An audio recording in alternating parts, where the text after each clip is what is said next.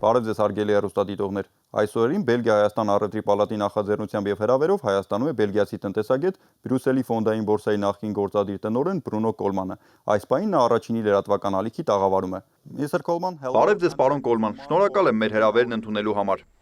Mr. Coleman, let us begin our Պարոն Կոլման, մեր զրույցը սկսենք խոսելով աշխարհից։ Պատերազմներ, անորոշություններ եւ ճգնաժամ։ Ուր է գնում աշխարհի տնտեսությունն այս իրավիճակում։ Որքանով է կարողացել կայուն մնալ։ Նախ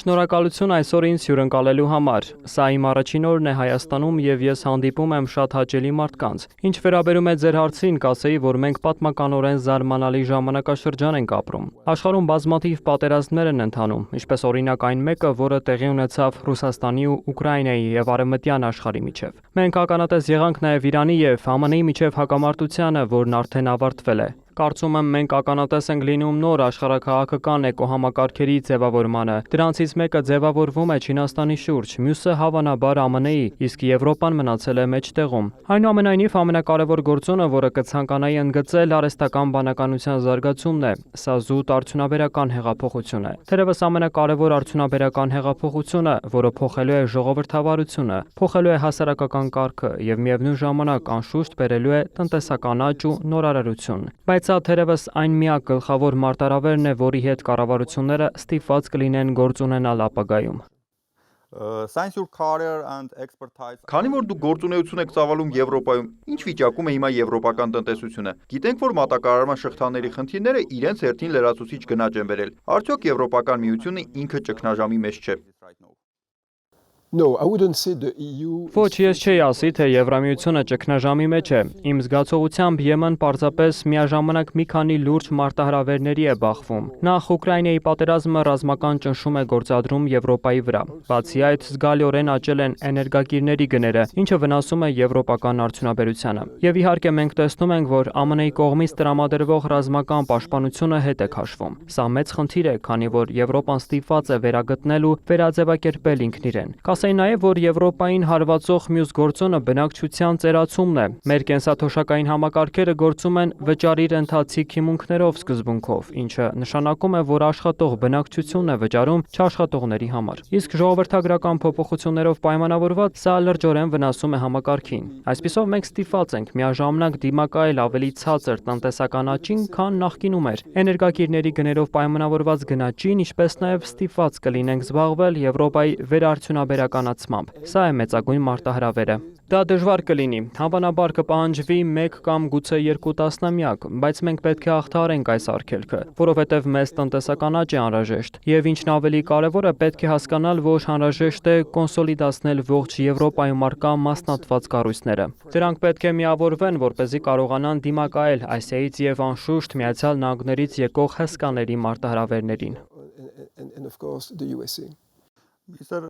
Պարոն Կոլման, դուք հաճախ եք գրում, որ Եվրոպան պետք է վերանայի իր տնտեսական մոդելը։ Ձեր կարծիքով առաջիկա 5-10 տարում Եվրոպական միությունը կդառնա ավելի միասնական ու հզոր, թե ներքին հակասությունները կթուլացնեն այն։ Սա շատ լավ հարց է։ Իդեալական տարբերակում մենք պետք է լիովին միասնական լինեինք, սակայն տեսնում ենք, որ ողջ Եվրոպայում պոպուլիզմ է տարածվում։ Հաջորդ տարի Ֆրանսիայում ընտրություններ են, որոնք կարող են աջակողմյան կուսակցությանը բերել իշխանության։ Նույնն է կատարվում նաև Գերմանիայում եւ Նիդերլանդներում, ինչը նշանակում է, որ եթե երկրների միջև տարամետ ուղիներ տեսնենք, դա հավանաբար քաղաքական անկայունություն կստեղծի։ Կտեսնենք, թե ինչ կլինի, քանի որ միևնույն ժամանակ մենք ունենք մի անվտանգության բարձիկ, որը Եվրոն է։ Մենք ունենք նույն արժույթը, ինչը նշանակում է, որ նույնիսկ եթե որոշ տնտեսություններ իրարից տարբերվեն, մենք պետք է վարենք այնպիսի տնտեսական քաղաքականություն, որը տրամաբանական ու ընդունելի կլինի բոլոր երկրների համար։ Այնպես որ կան թե դրական, թե բացասական կողմեր։ Կասեի, որ քաղաքական ուժերը մեզ գուցե տանում են դեպի տրոհում, բայց միևնույն ժամանակ մենք ունենք մեկ միասնական արժույթ, որը պաշտպանում է մեզ։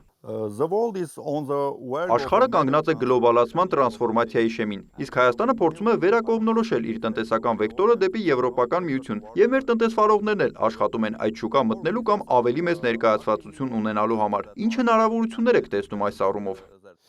Գիտեք, երբ նայում եմ Հայաստանին, տեսնում եմ մի երկիր, որը գտնվում է տարբեր ազդեցությունների կենտրոնում, ինչն իրականում առավելություն է։ Դուք պետք է հավասարակշռություն գտնեք արևմտյան աշխարհի, Ռուսաստանի եւ Իրանի միջև։ Ես կասեի, որ Հայաստանի ապագան ավելի շատ կլինի իր արդյունաբերության մասնագիտացման, քան թե մասշտաբի էֆեկտի մեջ։ Փոքր երկրում մասշտաբի էֆեկտը չի լինում։ Մենք դա գիտենք Բելգիայի օրինակով։ Բելգիան նույնպես փոքր երկիր է, այնպես որ կարծում եմ տնտեսական աճի այնպիսի ճիշտ աղբյուրներ գտնելը, որտեղ կարող եք նորարարություններ անել, իսկ ՏՏ ոլորտն ու արհեստական բանականությունը երկու հրաշալի ուղղություններ են, որոնց վրա կարող եք աշխատել։ Լավագույն միջոցը կլինի ԵՄ-ի եւ Հայաստանի միջև կամուրջ կառուցելու համար։ Այնպես որ ես շատ լավատեսորեն եմ տրամադրված փոքր երկրների հարցում։ Եվ գիտեք, երբ ռեսուրսները սահմանափակ են, դուք պետք է զարգացնեք մի բան, որն այլ երկրներ չեն անում։ Իսկ Հայաստանի պարագայում դա կարող է լինել բանականությունը։ Բանականությունը բերում է տնտեսական աճ եւ անշուշտ երկրների միջև առևտրային ու գործարար կապեր։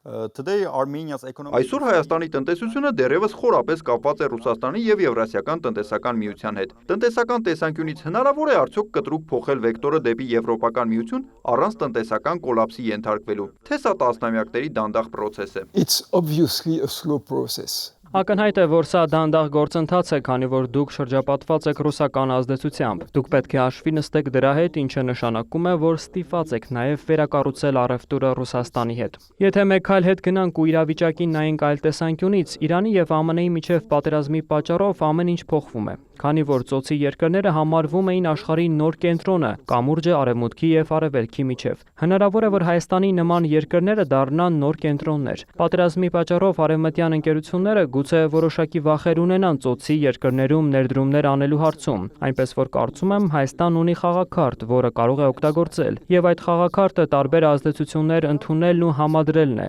Այսպիսով սա ակնհայտորեն դանդաղ գործընթաց է, բայց ես կարծում եմ, որ Հայաստան ունի բոլոր առավելությունները, օգուտ քաղելու դեպի աշխարհ եւ դեպի ԵՄ-ից նոր բացվածությունից, միևնույն ժամանակ դե ֆակտո պահպանելով որոշակի ռուսական ազդեցություն։ Հայաստանը ցանկանում է եվրոպական ներդրումներ տեսնել, հատկապես բարձր տեխնոլոգիաների եւ ենթակառուցվածքների ոլորտում։ Ինչն է այսօր ամենաշատը վախեցնում կամ ընդհակառակը գրավում եվրոպացի խոշոր ներդրողին մեր տարածաշրջանում։ I think that there are multiple things. Գիտեք, կարծում եմ այստեղ մի քանի գործոն կա։ Նախ դուք պետք է ցույց տաք, որ ունեք քաղաքական կայունություն, ինչն այսօր կարծես թե առկա է ձեզ մոտ։ Սակայն որոշակի ժամանակ է պահանջվում արևմտյան աշխարհի ընկերություններին համոզելու համար, որպեսզի նրանք օտարերկրյա ուղղակի ներդրումներ կատարեն Հայաստանում։ Բայց ես կարծում եմ, որ դուք պետք է գովազդեք ու ներկայացնեք Հայաստանը որպես տարածաշրջանային կենտրոն։ Դա շատ կարևոր է։ Ձեզ անհրաժեշտ է, ես կասեի, քաղաքական մարքեթինգ, որը ցույց կտա, որ դուք բիզնեսի համար բարենպաստ երկիր եք, որ ունեք այնպիսի հարկային համակարգ, որը կարող է գրավել օտարերկրյա ներդրողներին, եւ նաեւ պետք է հստակ մատնանշեք, թե որոնք են ձեր ուժեղ կողմերը։ Եթե ձեր ուժեղ կողմերն արհեստական բանականության, թվային բիզնեսի եւ ես կասեի ՏՏ աշխարհի մեջ են, դուք պետք է տարածեք այդ լուրը եւ համոզեք մարդկանց, որ Հայաստանում կան լավ մասնագետներ, այդպիսով դրթելով արևմտյան ընկերություններին հաստատվել Հայաստանում։ Սա առանցքային է, այնպես որ քաղաքական մարքեթինգը չափազանց կարևոր է։ Political marketing is very important. Որպես Բրյուսելում երկար տարիներ աշխատած ֆինանսիստ, ձեր կարծիքով որոնք են այն ամենամեծ տնտեսական շոկերը կամ պատնեշները, որոնց միջոցով անցնում են զարգացող երկրները եվրոպական շուկային ինտեգրվելիս։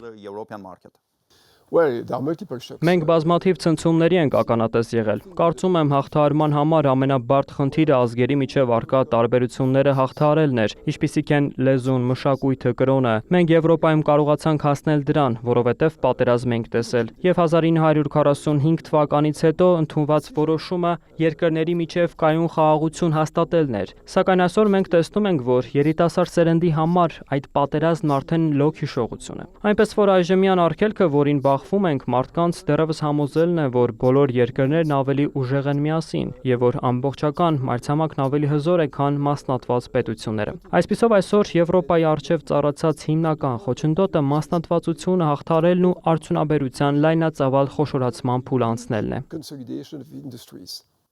Որն է ձեր խորհուրդը Հայաստանի կառավարությանը եւ բիզնեսին։ Ինչ անել, որ Եվրոպական միության հետ մերձեցումը չբերի տնտեսական շոկի, այլ բերի իրական ներդրումների։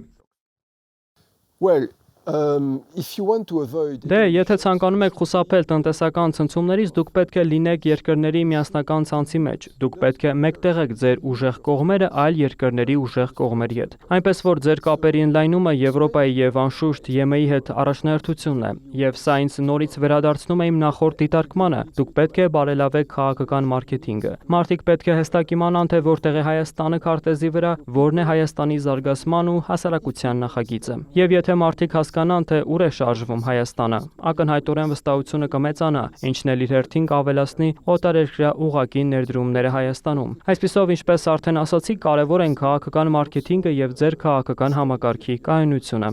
Mr. Coleman, Պարոն Կոլման, ինչպիսի տպավորություններ ունեք Հայաստանից։